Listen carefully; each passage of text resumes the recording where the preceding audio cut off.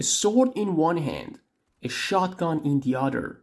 You dash through bullets, slice enemies mid-air, and control time, all while unraveling a sci-fi mystery that looks like it belongs in a blockbuster film. Welcome to Bright Memory Infinite, a game that fuses the chaos of Doom, the swordplay of Sekiro, and the polish of a AAA shooter, all made by a one-man dev studio. Let's break down what makes this short but unforgettable game an action lover's dream. Before we get into gameplay, here's something incredible. Bright Memory Infinite was developed almost entirely by one person, Zheng Shangsheng.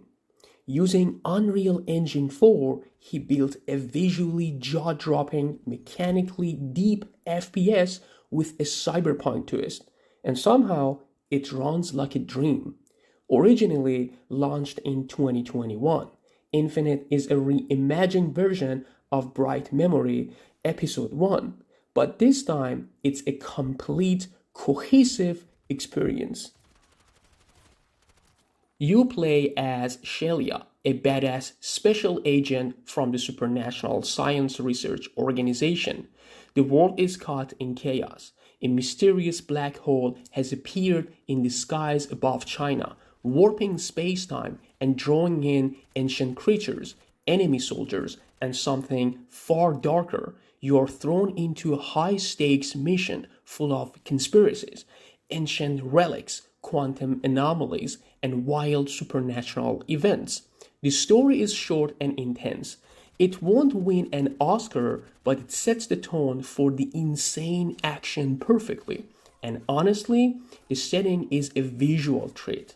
Neon-lit streets, floating temples, stormy fields, and ancient ruins all packed into a tight cinematic package. This is where the game explodes with style. Combat in Bright Memory Infinite is fast, aggressive, and combo-driven. You get access to an assault rifle with a grenade launcher, a shotgun that blasts enemies into the air, a katana that slices through armor like butter, and cybernetic powers that let you pull enemies, freeze them in time, or blast them with telekinetic force. But the real fun is in combining all of this. Imagine this. You dash into a squad of soldiers, parry a bullet with your sword, launch an enemy into the air with an energy wave, juggle them with bullets, dash behind another guy, and finish with a charged katana strike. Combat is insanely fluid and rewards creativity. The learning curve is smooth. But mastering combos, that's where the real thrill is. Each weapon has alternate fire modes, and every upgrade you unlock adds more tools to your chaotic arsenal. The enemy variety is limited, but memorable. You'll face futuristic mercenaries, ancient undead warriors, and massive screen-filling bosses. One moment you're slicing cyber ninjas, the next you're fighting a dual-wielding sword demon in a storm-lit temple. Bosses are fast, aggressive, and demand you master dodging, parrying, and using your full toolkit. And every encounter feels like an event, not just a fight. Let's talk about the eye candy. Bright Memory Infinite is stunning. From its dynamic weather and lighting to ray-traced reflections and particle effects, this game looks like something made by a AAA studio. Rain pours down as lightning cracks across the sky. Enemies light up from muzzle flashes. Environments shift between neon sci-fi and ancient mysticism.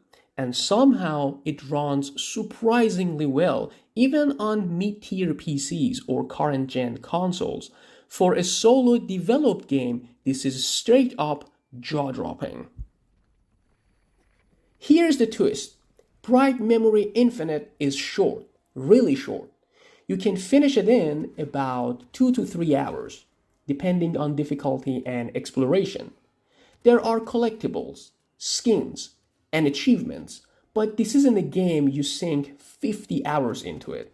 It's more like a finely tuned action movie, intense, focused, and over before it wears out its welcome.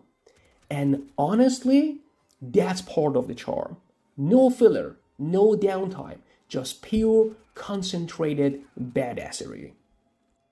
So, what holds Bright Memory Infinite back?